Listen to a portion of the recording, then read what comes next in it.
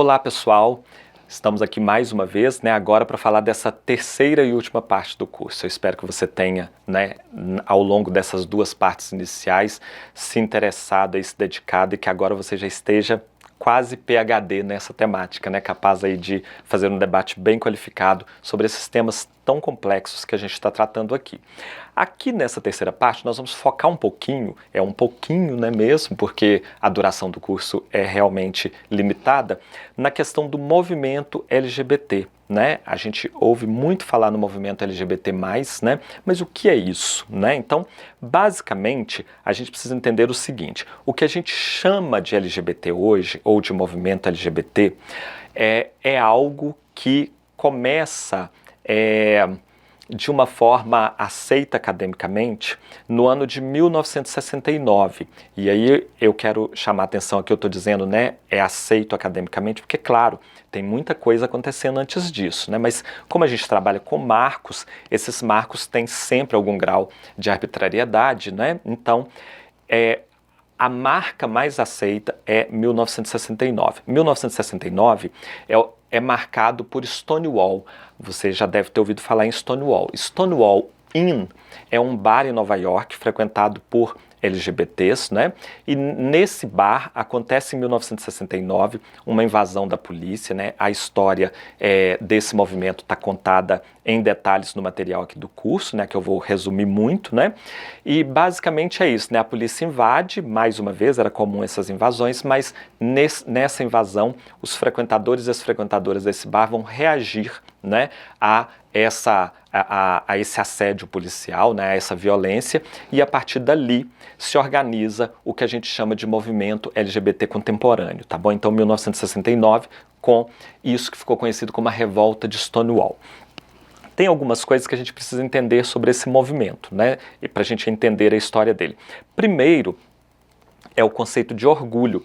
Todo mundo já deve ter ouvido falar em orgulho gay, orgulho LGBT, orgulho lésbico, orgulho bi, Então, a palavra orgulho, quando a gente vem para um país como o Brasil, ela tem um probleminha, porque no Brasil, por causa do nosso viés, principalmente religioso, a gente tem uma tendência a entender a palavra orgulho como muitas vezes negativa, Mas aqui o sentido dela é totalmente positivo. Orgulho vem como um contraponto à palavra vergonha, porque a vergonha é o sentimento que historicamente foi imposto às pessoas LGBT. Então, as pessoas LGBTQIA+, historicamente, elas ouviram as pessoas dizendo: isso é errado, isso é ruim, você deve ter vergonha disso, você deve lutar contra isso. Então o movimento LGBT ele traz o conceito de orgulho, que é exatamente para se entender que não há nada de errado com o fato de você ser uma pessoa LGBT, de alguém ser uma pessoa LGBT+, Muito pelo contrário, isso é ótimo. Você é uma pessoa como outra qualquer. Então, ser uma pessoa LGBT+, é motivo de orgulho e não de vergonha. Por isso, a gente tem a palavra orgulho. E nós dissemos aqui que Stonewall acontece em 1969. Um ano depois, começa um movimento para lembrar Stonewall. É uma marcha que acontece em Nova York e essa é a primeira parada do orgulho LGBTQIA+. Hoje as paradas acontecem no mundo inteiro, elas são um movimento muito importante na luta por reconhecimento, ocupação de espaço, visibilidade de pessoas LGBTQIA+, tá bom? Então as paradas acontecem aí ao longo do ano todo, no mundo todo. No Brasil a gente tem inúmeras paradas, inclusive temos aquela que é considerada a maior parada LGBT do mundo, que acontece em São Paulo, e que reúne todos os anos cerca de 4 a 5 milhões de pessoas em São Paulo.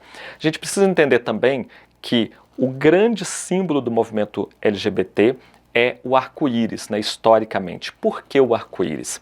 A ideia do arco-íris é a reunião de todas as cores. E a ideia do movimento é a reunião de todas as possibilidades de vivências, existências, identidades. O movimento LGBT ele se chama originalmente Movimento pela Livre Expressão Sexual e de Gênero. Então, esse movimento ele pretende combater o preconceito a toda forma de expressão de gênero e expressão sexual.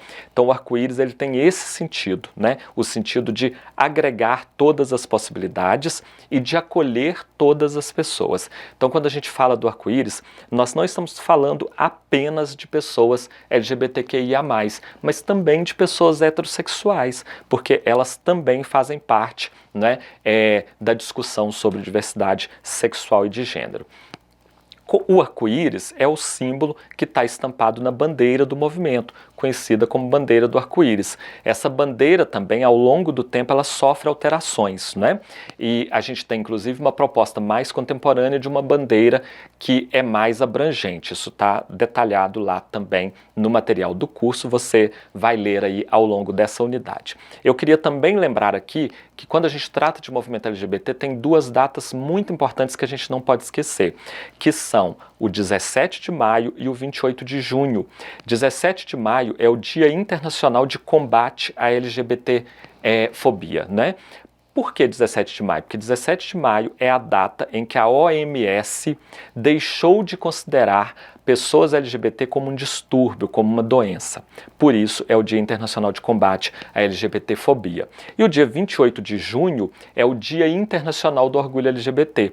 Por quê? Porque é o dia que marca a revolta de Stonewall, tá bom? E por fim, para concluir aqui o vídeo dessa unidade, é preciso a gente lembrar da farsa, né, do termo ideologia de gênero. A gente vê muito esse termo sendo usado aí, principalmente por pessoas de tendência mais conservadora e que são opositoras dos direitos LGBT+, né? Ideologia de gênero não existe por uma razão. Gênero não é ideologia, né? Orientação sexual não é ideologia. Orientação sexual é uma característica do ser humano. Quando as pessoas dizem que é uma ideologia, esse foi um termo cunhado por setores religiosos, né? Quem cunhou isso foi um congresso da Igreja Católica. Ela cunha esse termo como uma forma de atacar a luta por direitos das pessoas LGBTQIA+, tá bem? Porque dizer que é uma ideologia significa dizer que, primeiro, que você pode ensinar as pessoas ou você pode influenciar as pessoas para que elas sejam gays, lésbicas, né, bissexuais. E segundo, que você pode combater isso e as pessoas podem deixar de ser gays, lésbicas, bissexuais. Isso não tem nenhum respaldo científico, é uma ideia totalmente falsa, né? Orientação sexual é uma característica do ser humano, não é algo que você aprende por influência, nem que você aprende, né? Nem que você ensina. Então é um termo totalmente equivocado e totalmente falso, tá bom? Eu espero que você se dedique agora à última unidade, né? Que é a unidade que completa o nosso curso. Obrigado por estar até aqui com a gente. Ótimos estudos!